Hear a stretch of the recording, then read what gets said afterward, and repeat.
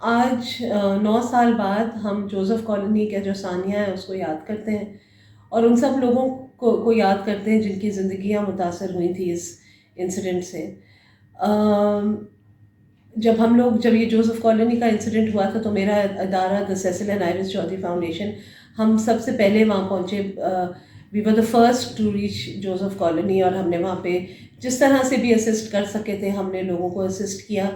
ایک چیز تھی کہ ہم نے وہاں پہ فیملیز کو سپورٹ کیا، ان کو جو ان کی ضروریات تھیں وہ ہم نے پوری کی، کوشش کی پوری کرنے کے لیے۔ لیکن جو سب سے زیادہ وہاں پہ ٹریجڈی ہوئی تھی وہ لوگوں کو سائیکولوجیکل افیکٹ جو اس انسیڈنٹ سے ہوا تھا وہ ڈیل کرنا بہت ضروری تھا، خاص طور پہ بچے۔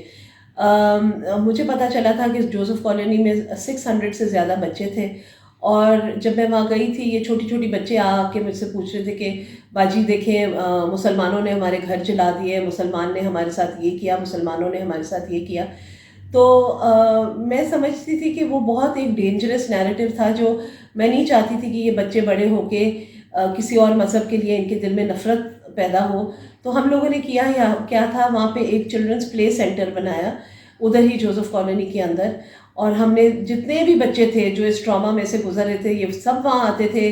ڈرائنگ، پینٹنگ، کلرنگ، مختلف قسم کی ایکٹیویٹیز ہم نے بچوں کے لیے رکھی تھی تاکہ ذہنی طور پہ ان کے ذہن تھوڑا سا ڈائیورٹ ہو۔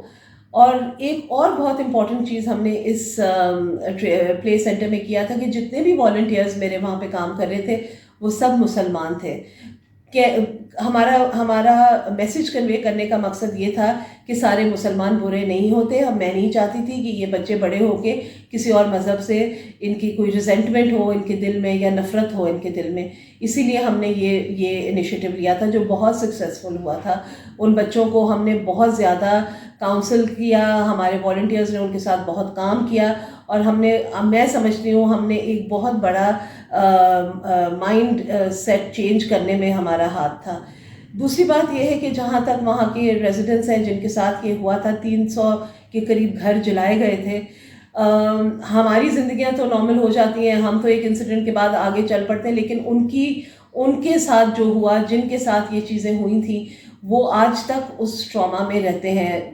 بے شک ان کے گھر بنائے گئے تھے، ان کو نئے گھر دے دیے گئے تھے، لیکن وہ جو ذہنی ٹراما ہے وہ ختم نہیں ہوتا۔